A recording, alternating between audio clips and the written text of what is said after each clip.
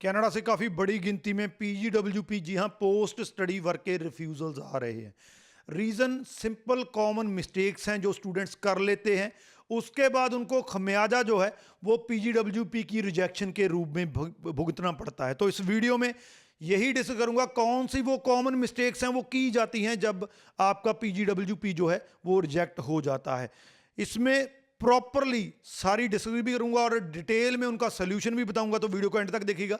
उससे पहले हमारा यूट्यूब चैनल जरूर सब्सक्राइब कर लीजिएगा क्योंकि इस पे आपको ऐसी ही इन्फॉर्मेटिव वीडियोस देखने को मिलती है। इससे सबसे बड़ा जो कॉमन क्वेश्चन ये आता है कि जब मेरी स्टडी कंप्लीट हो गई तो क्या मेरे 180 डेज, क्योंकि आपको पीजीडब्ल्यूपी अप्लाई करने के लिए after completion of your study आपको 180 डेज मिलते हैं। काफ़ी बड़ा टाइम है, काफ़ी लंबा टाइम है।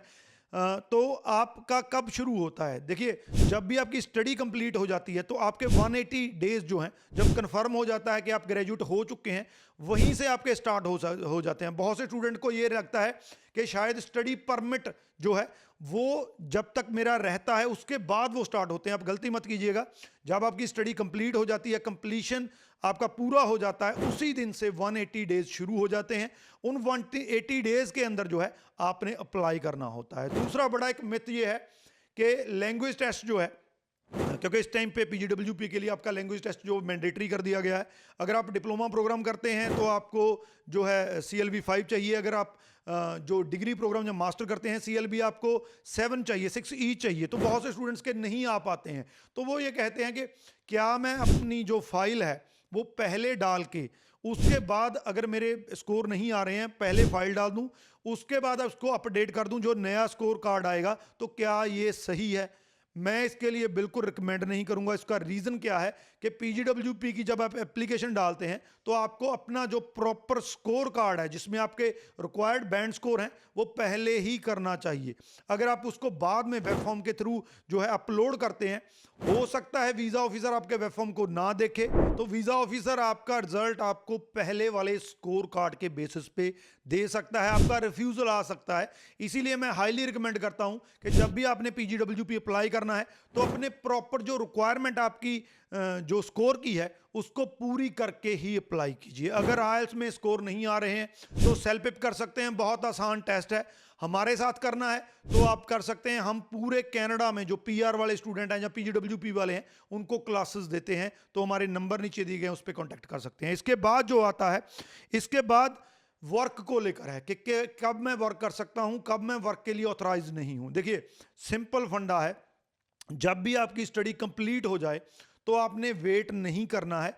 आपने ट्राई कीजिए, अगर आप उसके पहले अपनी रिक्वायरमेंट्स पूरी करके रख सकते हैं, आईएलटीएस हो गया, सेल्फ पिप हो गया, जो भी आपने करना है वो अपनी रिक्वायरमेंट पूरी करके रखिए। जब भी आपका कंप्लीशन लेटर आपको मिलता है साथ के साथ अपना पीजीडब्ल्यूपी अप्लाई कर दीजिए। जिस दिन आपका पीजीडब्ल्यूपी अप्लाई हो गया आपको आईआरसीसी एक वर्क ऑथराइजेशन लेटर इशू कर देगा। उसके बेसिस पे आप वर्क कर सकते हैं, बिल्कुल 100% फुल टाइम वर्क कर सकते हैं। आप तब तक वर्क कर सकते हैं जब तक आपका अप्रूवल या आपका रिजल्ट नहीं आता है।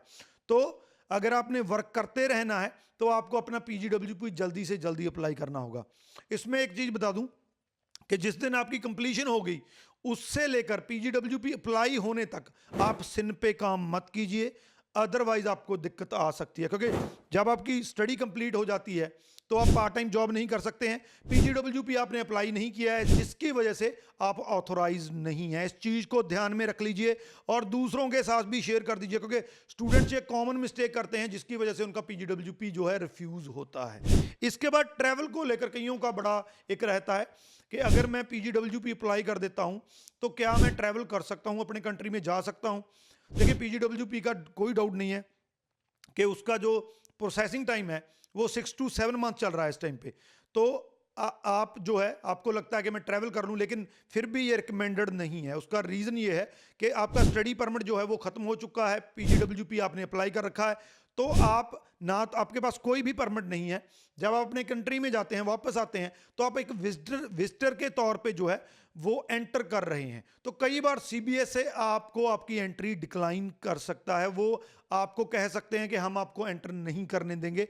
इसलिए आई हाईली हाईली रिकमेंड कि जब भी आपका पीजीडब्ल्यूपी अप्लाई हो, विदाउट एनी इमरजेंसी, अगर कोई इमरजेंसी है वो अलग बात है, तो आप अपने कंट्री में जो है ट्रैवल मत कीजिए, आउटसाइड कनाडा ट्रैवल मत कीजिए। जब वो अप्रूव होके आ जाए आप कभी भी जो है ट्रैवल कर सकते हैं। सबसे लास्ट में सबसे इंपॉर्टेंट कंसर्न आता है, कई स्टूडेंट्स कहते हैं और ये आमतौर पे हो भी रहा है कि स्टूडेंट की स्टडी कंप्लीट हो चुकी है लेकिन वो पीजीडब्ल्यूपी अप्लाई नहीं कर पा रहा है, तो इस वजह से कहीं ना कहीं पे उसका स्टडी परमिट जो है वो भी एक्सपायर होने वाला है और पीजीडब्ल्यूपी अप्लाई नहीं हो रहा है, जिसकी वजह से उसका स्टेटस जो है वो खतरे में पड़ जाता है कि उसका स्टेटस जो है वो एक्सपायर हो जाएगा। तो यहां पे मैं आपको बताना चाहूंगा कि अगर आपका स्टडी परमिट जो है वो एक्सपायर भी होने वाला है या एक्सपायर हो भी चुका है, तो भी आपके पास 90 डेज होते हैं, आप अपने स्टेटस को जो है रीस्टोर कर सकते हैं। उन 90 डेज में अपने स्टेटस को रीस्टोर कीजिए, साथ में अपनी पीजीडब्ल्यूपी की जो एप्लीकेशन वो डाल दीजिए, तो आपके लिए ये बढ़िया रहता है।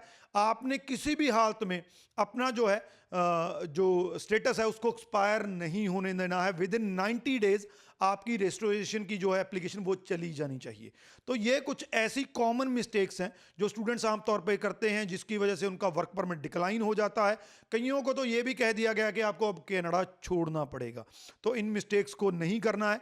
अगर पीजीडब्ल्यूपी अप्लाई करना चाहते हैं तो नंबर हमारे नीचे दिए गए कॉन्टैक्ट कर सकते हैं। अगर कोई हेल्प या जानकारी भी लेना चाहते हैं, कोई इन्फॉर्मेशन आपको नहीं पता है, कोई क्वेश्चन का आंसर नहीं पता है, तो भी हमें कॉन्टैक्ट कर सकते हैं। बाकी इसको शेयर जरूर कर दीजिए। राजवी चहल, थैंक यू सो मच।